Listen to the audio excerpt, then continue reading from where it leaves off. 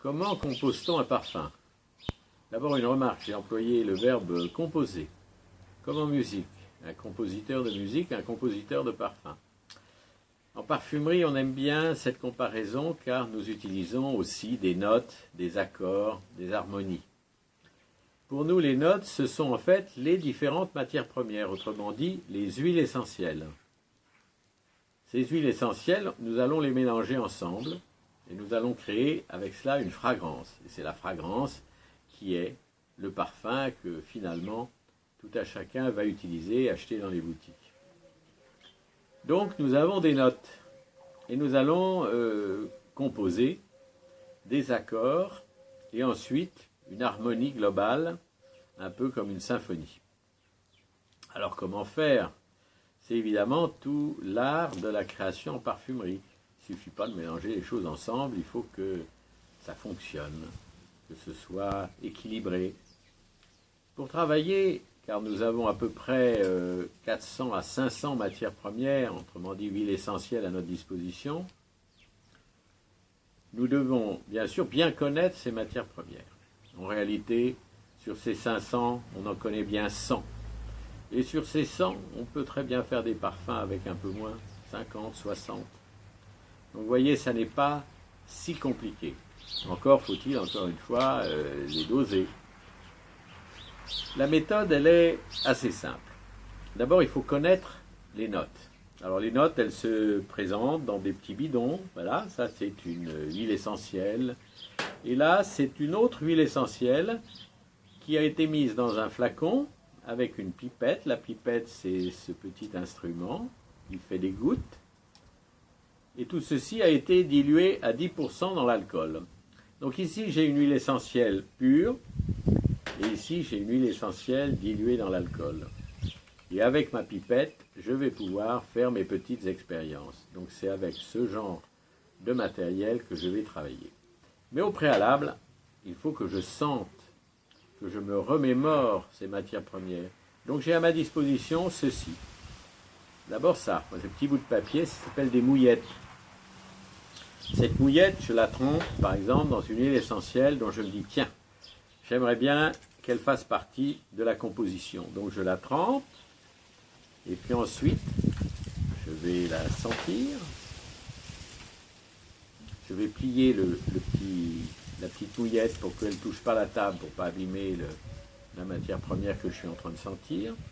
Et puis ensuite, cette matière première, je vais la mettre sur un porte-mouillette. Et sur ce porte-mouillette, je vais avoir ainsi, par exemple, 4 matières premières que j'ai trempées dans 4 petits flacons différents. Et à ce moment-là, je vais faire un petit vent avec mes mouillettes. Elles vont se mélanger. Et mon nez va me dire, oh, ça va bien ensemble, ou bien ça va pas bien ensemble. Si ça va bien ensemble, il me reste à savoir les proportions, et donc nous revenons au compte-gouttes. Donc 3 gouttes de ceci, 2 gouttes de cela. Alors, ça c'est le principe général. Comment construire un parfum? On utilise le principe de la pyramide, la fameuse pyramide olfactive, avec en gros 3 étages, qui nous permettent sur cette pyramide, à la base, d'avoir les notes. Les notes, je vous rappelle, sont les huiles essentielles, les plus puissantes, les plus lourdes, celles qui vont tenir le plus longtemps, celles qui vont fixer le parfum, comme on dit. De l'ambre, du santal, par exemple, du musc.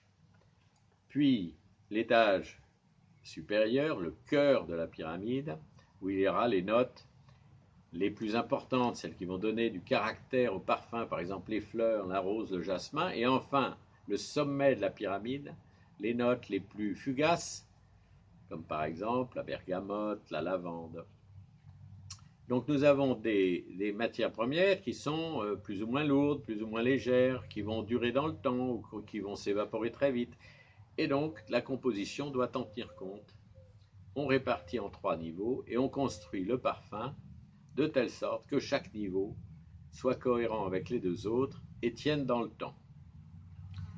Donc, on va répartir les matières premières suivant cette stratégie. Ensuite, on fera des essais dans des petits flacons.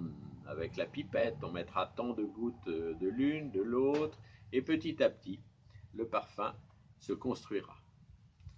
Alors vous me direz, ça a l'air très simple, mais en fait, c'est pas si simple que ça, sinon tout le monde serait parfumeur.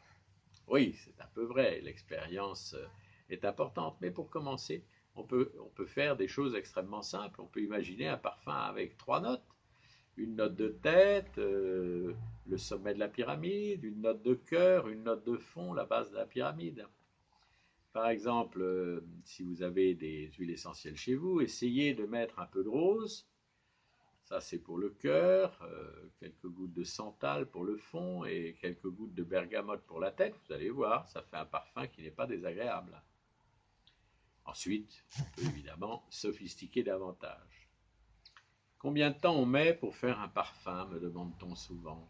Ben, ça dépend complètement. Comme je viens de vous le dire, je viens de vous donner une recette, là, en quelques instants. Faites-la, vous allez voir, en une demi-heure, vous pouvez faire un parfum. Et puis, il y a des parfums, on met une vie à les faire. Le célèbre parfumeur François Coty a eu cette phrase très intéressante à la fin de sa vie. Donc, il avait 60 années passées. Il avait tout réussi, il était l'homme le plus riche de France, la tête de la plus grosse entreprise de parfumerie cosmétique au monde, etc., etc. Et surtout, il avait été un grand créateur de parfums célèbres. Et il avait à peu près tout réussi. Et un de ses amis qui essayait de lui remonter le moral parce qu'il était dans un jour de pessimisme, il a dit oui, j'ai tout réussi, mais la chose qui me tenait le plus à cœur, composer un très beau parfum au chèvrefeuille, je n'ai jamais réussi. Belle phrase de parfumeur, belle phrase de créateur qui donne la limite de nos créations. Peut-être qu'au fond, nos créations ne sont-elles jamais parfaites, ça c'est sûr, et jamais finies.